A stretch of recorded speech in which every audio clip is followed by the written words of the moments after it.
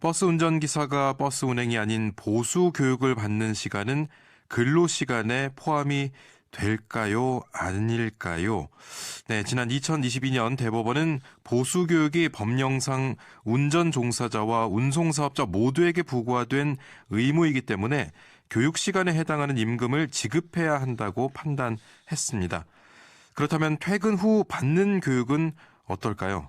근무시간 종료 후 이루어진 법정 의무 교육은 근로시간에 해당이 될까요? 되지 않을까요? 또 임금 지급은 이루어져야 하는 것일까요? 최근 대전지방노동청이 퇴근 시간에 이루어지는 법정 의무 교육은 근로시간이 아니라면서 임금을 지급할 의무가 없다는 판단을 내려서 논란입니다. 노동자들은 이는 판례에도 어긋나는 잘못된 판단이라며 재조사를 요구하고 있습니다. 오늘 버스 운전기사의 시간 외 수당 미지급 문제와 관련해 자세한 현재 상황과 노동자들의 입장과 주장을 들어보도록 하겠습니다. 한국노총 대전버스노동조합 박천홍 노조위원장과 전화 연결되어 있습니다. 박천홍 위원장님 들리십니까? 네, 안녕하십니까. 네, 버스를 운전하신 지 지금 얼마나 되신 겁니까? 94년도에 그 서진운수를 입사하고요. 예. 중간에 한 5년 정도 다른 일을 했으니까 약 25년 정도 되었네요. 예. 그럼 버스 운행을 위해서 필수적으로 이수해야 하는 그런 교육들이 있는 겁니까? 어떻습니까? 예, 모든 지역버스 승무사원분들과 마찬가지겠지만, 예. 대전도 그 보수교육을 받게 되어 있고요. 예. 산업안전보건교육, 성희롱 예방교육, 장애인 인식 개선 교육 등이 있습니다. 예. 그렇다면 이 교육 과정은 필수라는 뜻으로 들리는데요. 그럼 교육 시간은 어느 정도나 되는지도 궁금하고요. 보통 뭐 여러 교육 때문에 운행 시간이 좀 겹치는 경우도 있을 것 같고요. 교육 제때 제 시간에 참여하는 거 쉽지 않을 것 같거든요. 어떻습니까? 예, 저희들은 그 1일 2교대로 근무하고 있고요. 예. 보수교육은 그 무사고 기간이 5년 미만인 경우 매년 4시간씩, 예. 5년 이상 10년 미만인 경우 경련으로 4시간씩 받게 되어 있고요. 예. 산업안전보건교육은 매년 분기별로 6시간, 예. 그리고 성희롱 예방교육, 장애인 인식 개선 교육을 매년 1시간씩 받아야 합니다. 예. 보수교육은 엑스포에 있는 대전교통문화연수원에서 교육을 받아야 하니까 예. 주로 그 휴무일을 이용해서 받고 있고요. 예. 산업안전보건교육 등은 PC를 이용하여 온라인 교육으로 진행하고 있는데요. 예. 당연히 버스 운전을 하면서 교육을 받을 수 없으니까 휴무일이나 예. 근무 시간이 끝나고 나면 개인 PC나 집에 PC가 없는 승무사원분들은 PC방에 가서 교육을 받기도 합니다. 예. 모두 법정 의무 교육이니까요. 예. 보수 교육을 제때 이행하지 않으면 버스 회사 면허를 취소하거나 6개월 이내에 사업 정지 등을 당할 수 있으니 이수하지 않을 수 없고요. 산업안전보건교육, 성희롱 예방교육, 장애인 인식 개선 교육은 각각 500만 원 이하의 과태료, 300만 원 이하의 과태료가 부과되기 때문에 예. 버스 회사에서는 모든 승무사원들에게 각각의 교육을 예. 반드시 받도록 관리하고 있습니다. 예, 이게 반드시 받아야 하는 교육들인데 이렇게 이수한 의무 교육에 대한 임금이 제대로 지급되지 않아서 지금 노동자들께서 검찰에 고발을 하신 상황인 거죠? 네, 맞습니다. 처음에는 대전 지역 버스 회사들이 산업안전보건교육 등 법정 의무 교육에 대하여 아무런 수당도 지급하지 않았습니다. 예. 그러다가 2022년에 동인여객 승무사원 중 한 분이 예. 그 대전 노동청에 진정을 제기하였고 2022년도 연장 근로 미지급으로 법원 판정까지 받았습니다. 예.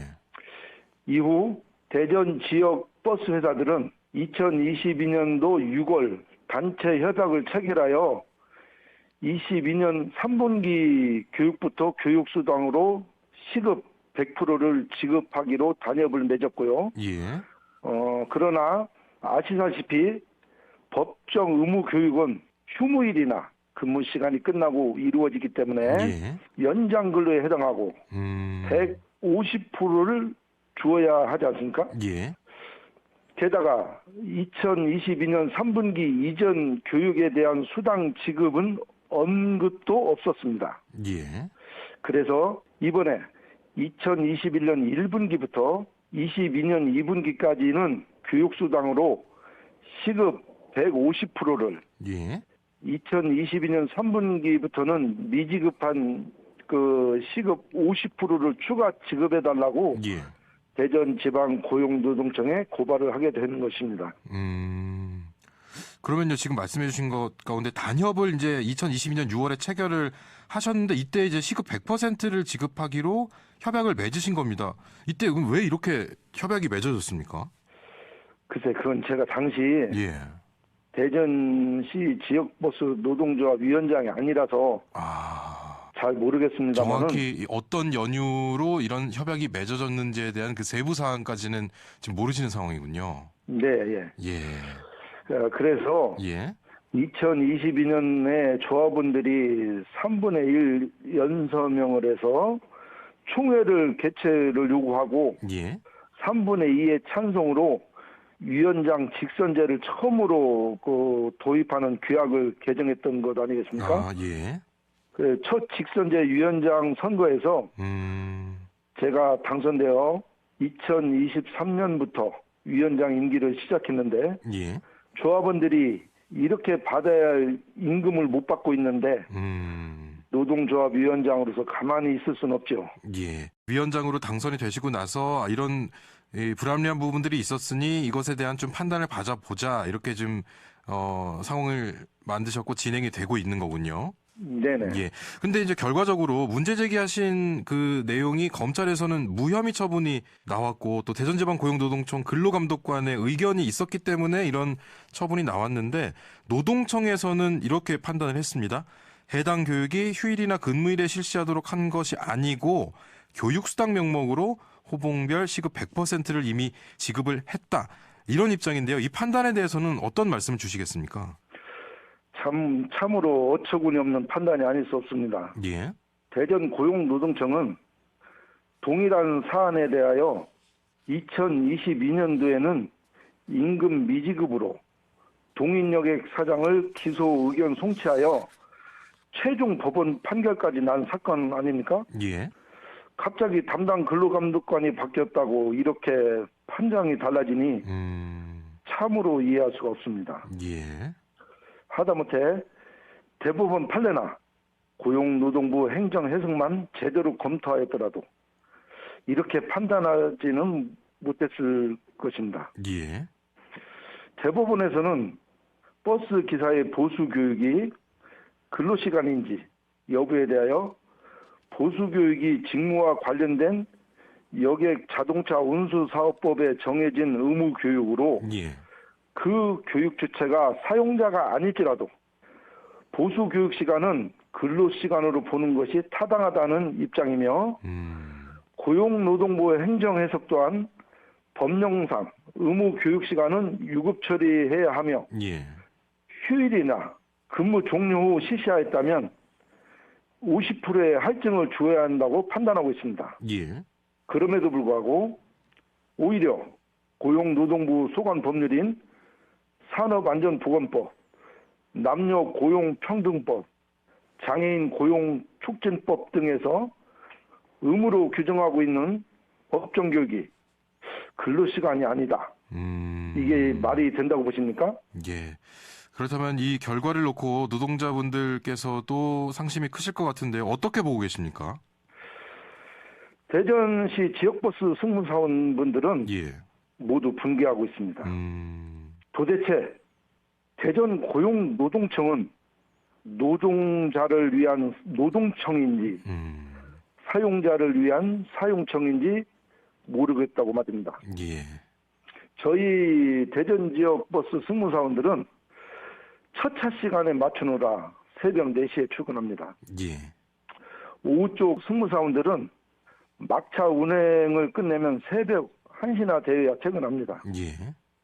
하루 9시간 버스 운행을 하면 거의 파김치가 되어 집으로 돌아오는데 예.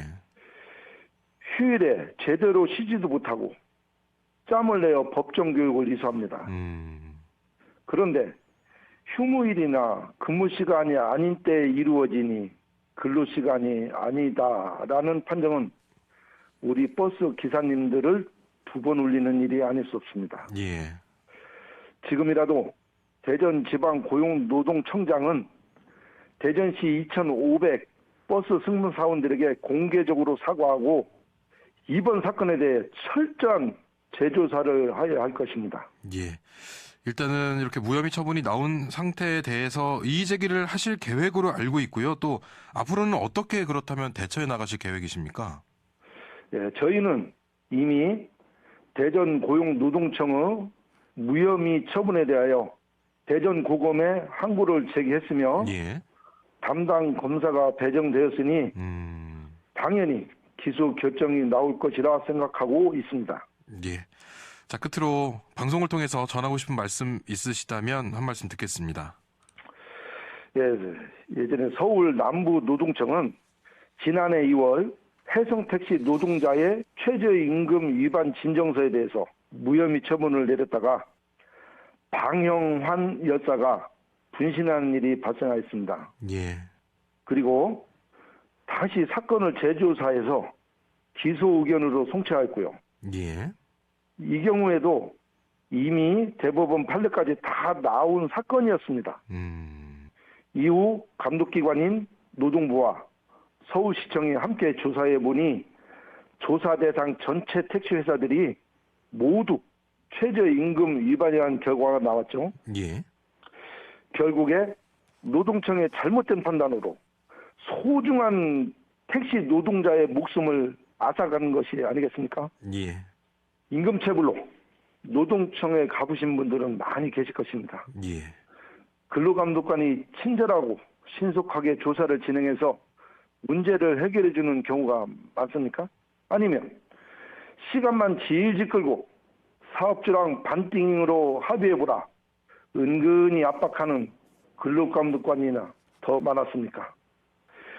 물론 근로감독관 분들은 수백 건씩 사건을 처리하고 민원인들과 악다구니도 하고 힘든 거 잘 알고 있습니다. 예.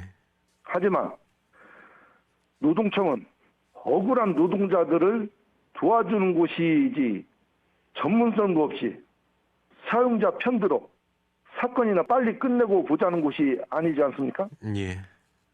사람이 모자라면 인력을 보충하시고 전문성이 떨어지면 요즘 전문직들도 직장 구하기 어렵다던데 노무사건, 변호사건, 전문가를 뽑아 업무 처리를 하든 해야 되지 않나 싶습니다. 예. 아무튼 대전지방고용노동청장님은 이 사건을 철저히 재수사하셔서 납득할 만한 조치를 해 주셔야 할 것입니다. 예. 알겠습니다. 오늘 말씀 여기까지 듣겠습니다. 고맙습니다. 네, 고맙습니다. 네, 오늘 집중 인터뷰 대전 시내버스 운전기사의 시간 외 수당 미지급 문제와 관련해서 노동자들의 입장과 주장 들어봤습니다. 한국노총 대전버스 노동조합 박천홍 노조위원장이었습니다.